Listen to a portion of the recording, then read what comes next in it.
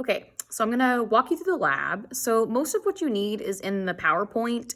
That tells you the difference between physical and chemical changes. That's what this lab is supposed to be about. You're supposed to just remember from previous classes you've been in, previous science classes, physical, chemical changes, what they mean, how I can tell them apart.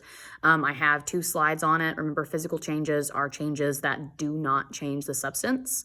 So it's something like tearing a piece of paper. It's still paper, but now it's in 2 pieces.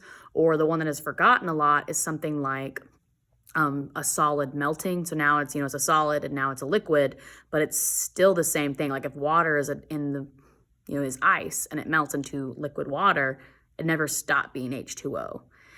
When things dissolve, so if something is stirred in, so like if sugar is stirred into coffee, it never stopped being sugar and it never stopped being coffee. It's just been mixed up in it. So that's all physical changes. Chemical changes is when I actually make something new. And usually it is like you can see bubbles forming, like a new gas forming, a new chunky solid forming, a color change. Like those significant things are supposed to be showing you that a new substance has been formed, which is a chemical change. So that's the point of the lab. Now I've made it like forensics based. It's over a case. It's actually a real case. It's called El Chapo. He was a drug smuggler, big drug dealer in South America.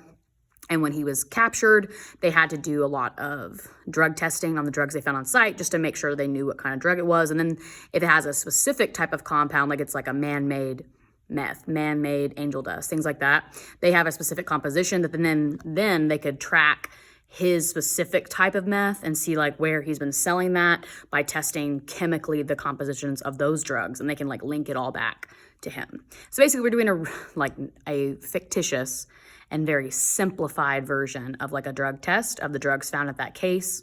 Not really, I can't bring drugs to school, okay, but they kind of mimic the way they look a little bit.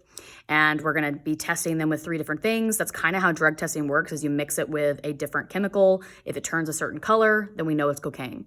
If it has that kind of reaction, then we know it's heroin. So it is similar to how drug test is actually done, but I'm not using the actual drugs, okay? All right. So down here is the setup that kids are going to see in class. So I've already, like before, I would just give them baggies and they would have to set it up themselves with the little spatula scoops. They're going to have their samples given to them, but there are 5 drugs: heroin, cocaine, meth. It's kind of giving a glare. See if I can get rid of that glare. There we go. Angel dust, marijuana, and then there's 3 unknowns. Now this lab, again, the point is to understand physical chemical changes. I realize that you can basically see what they look like initially and know which one is which, and like know which drug is which based on the way they look.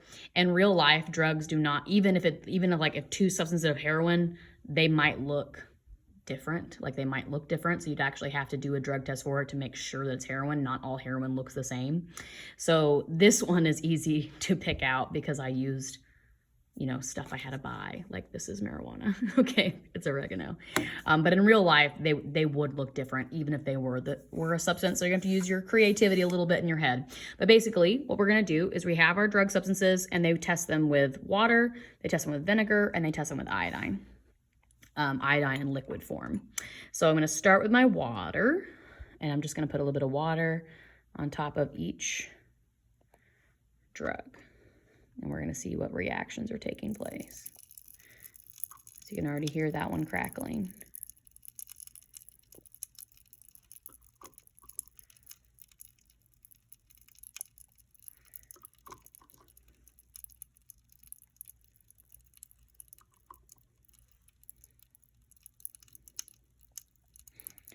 Okay, and then they'll go in with a stirring straw just to kind of see if it looks like it's dissolving. Does it look like it's bubbling?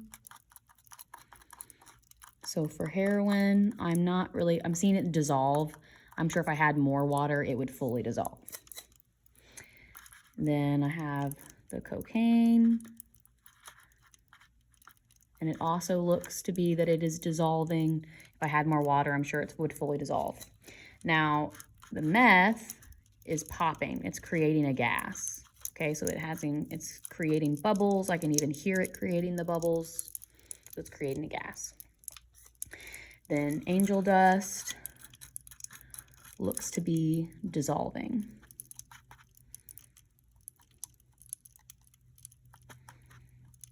And then the marijuana just seems to just be kind of sitting in the water, so not really doing anything. Drug number 1 seems to be dissolving.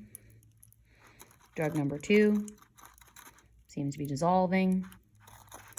And drug number 3 seems to be dissolving.